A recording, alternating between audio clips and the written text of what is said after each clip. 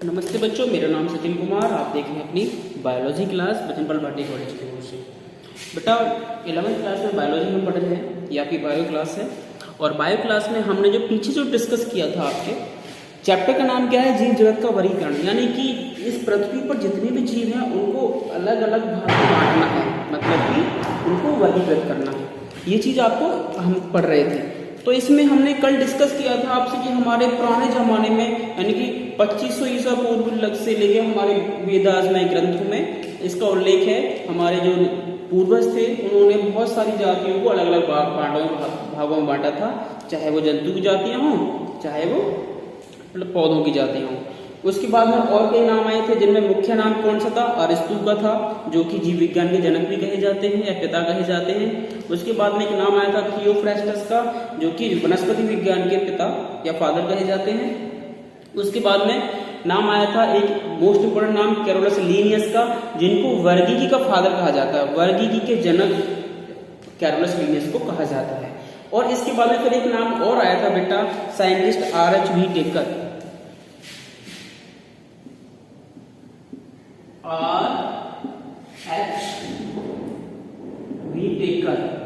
मैंने कहा था ना टेकर के भैया हैं, वास्तव में भैया नहीं है, बस टेकर नाम में लगा हुआ है, आपको याद रखने के लिए मैंने बोला।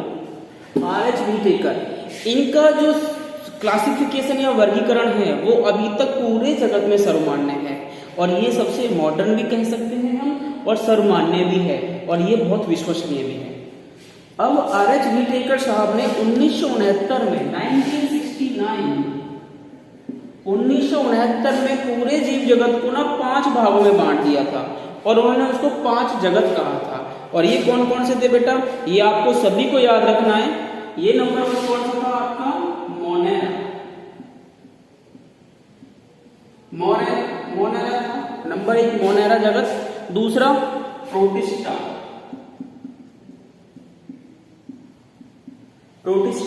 इसके बाद तीसरा कवक। नंबर 4 बेटा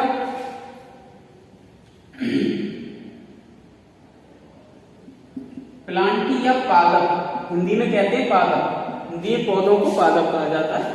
और नंबर 5 जंतु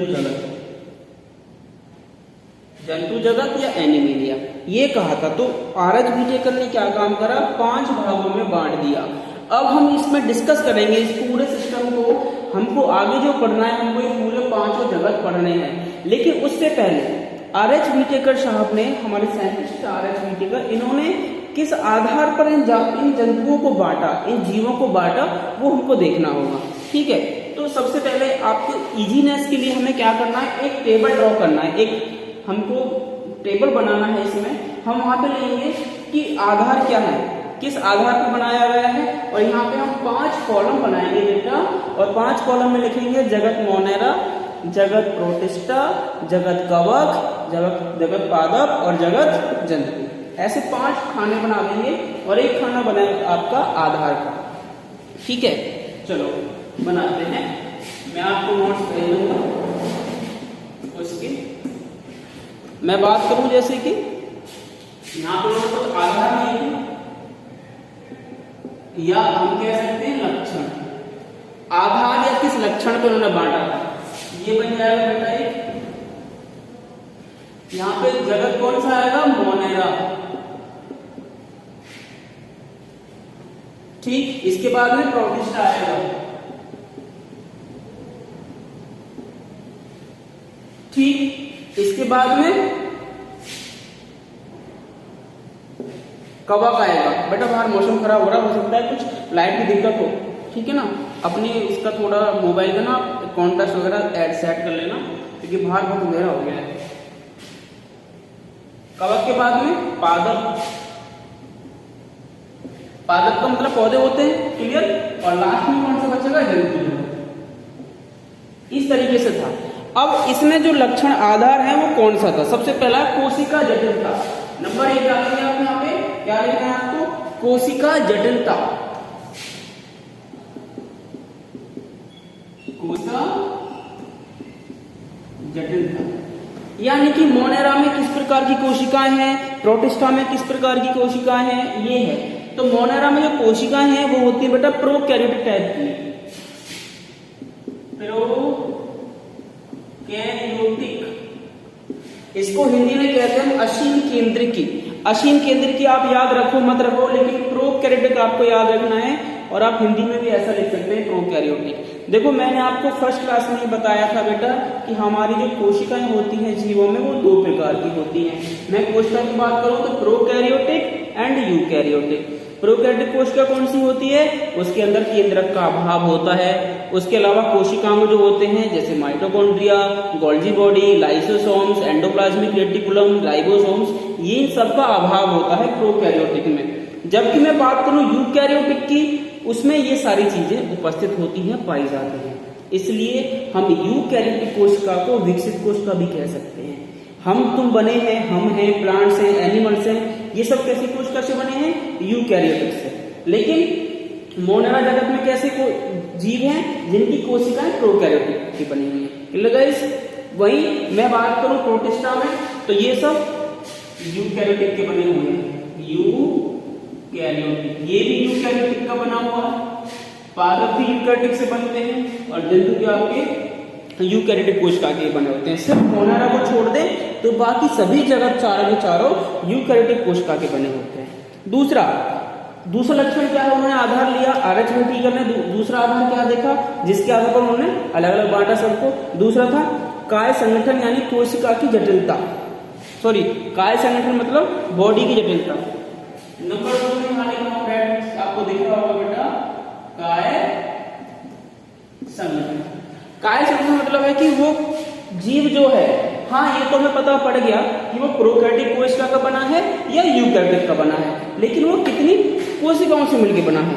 कुछ तो जीव बहुत छोटे होते हैं, सिर्फ एक कोशिका के बने होते हैं, और कुछ जीव बहुत सारी कोशिकाओं के मिले बने हुए, जैसे कि हम हैं, अरबों खरबों कोशिकाओं के बने हुए हैं, है कि नहीं। तो इसी प्रकार से उन्होंने क्या काम करा, तो ये जो मोनेरा में जो जीव होते हैं ये एक कोशिकीय होते हैं, मोस्टली कोशिकीय मतलब कि एक आध कोशिका के मिलकर बने होते हैं, गिनी चुनी कोशिका, ठीक है। वहीं आपको प्रोटिस्टा भी सेम कोशिकीय के बने होते हैं, ठीक है जी। इसके बाद में आपका जो कवक, पादप, जंतु, ये तीनों बने होते हैं बहुकोशिकीय। बहुकोशिकीय मतलब बहुत सारी कोशिकाओं से बने होते हैं, बहुकोशीय, बहुकोशीय, बहुकोशीय।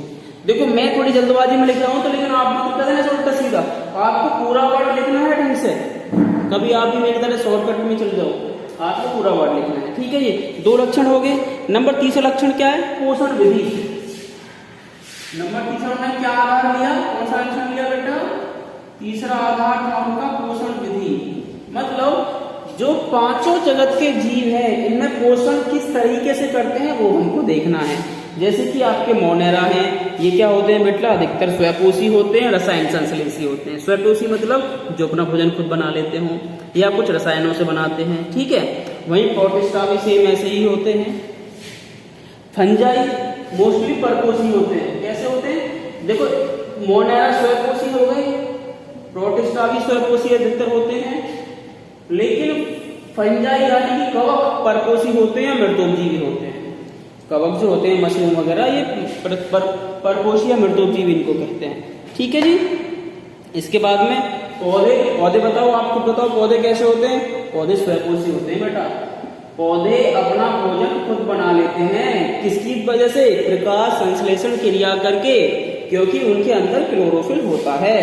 लेकिन जंतु परपोषी होते हैं। हम लोग अपना भोजन नहीं बना सकते, हमें भोजन के लिए पौधों पर निर्भर रहना होता है। अब तुम कहोगे कि नहीं सर मैं तो मीट खाता हूँ, मैं तो हरी सब्जी खाता ही नहीं, फल खाता ही नहीं, मीट खा के जिंदा रहूंगा। लेकिन मीट किसका खाओगे, जिसका भी खाओ जंतु का, वो तो डायरेक्टली किस पर डिपेंड है, पौधों पर डिपेंड है कि नहीं है। आपने मुर्गी खाई, बकरा खाया, वो तो घास खाता है नहीं खाता है, पौधे खाता है नहीं खाता है। तो मतलब डायरेक्टली कहो या इनडायरेक्टली कहो, आप हम जो निर्भर हैं पौधों पर निर्भर है, ठीक है। क्योंकि हमारे अंदर क्लोरोफिल नहीं है। अगर हमारे अंदर क्लोरोफिल होता तो हमारा रंग भी हरा हरा हो जाता और हम भी बाहर धूप में खड़े हो जाते, थोड़ा सा पानी लेते अपने अंदर और धूप लेके कि भाई मेरा पेट भर गया, अब मुझे खाने की कोई जरूरत नहीं है। कोई खाना बनाता ही नहीं, ना ही कोई कमाता, ना ही कोई पढ़ता। ठीक है, ये 3 विधि हो गई। बाकी मैं आपको कल बताऊंगा क्योंकि वीडियो बहुत लंबी हो रही है, पहुंच नहीं पा रही है, बड़ी दिक्कत हो रही है बेटा। ये 3 लक्षण आपने पढ़ लिए, बाकी के मैं आप 3 लक्षण आपको कल बताऊंगा कि इसमें कौन कौन से होने चाहिए। थैंक यू बेटा।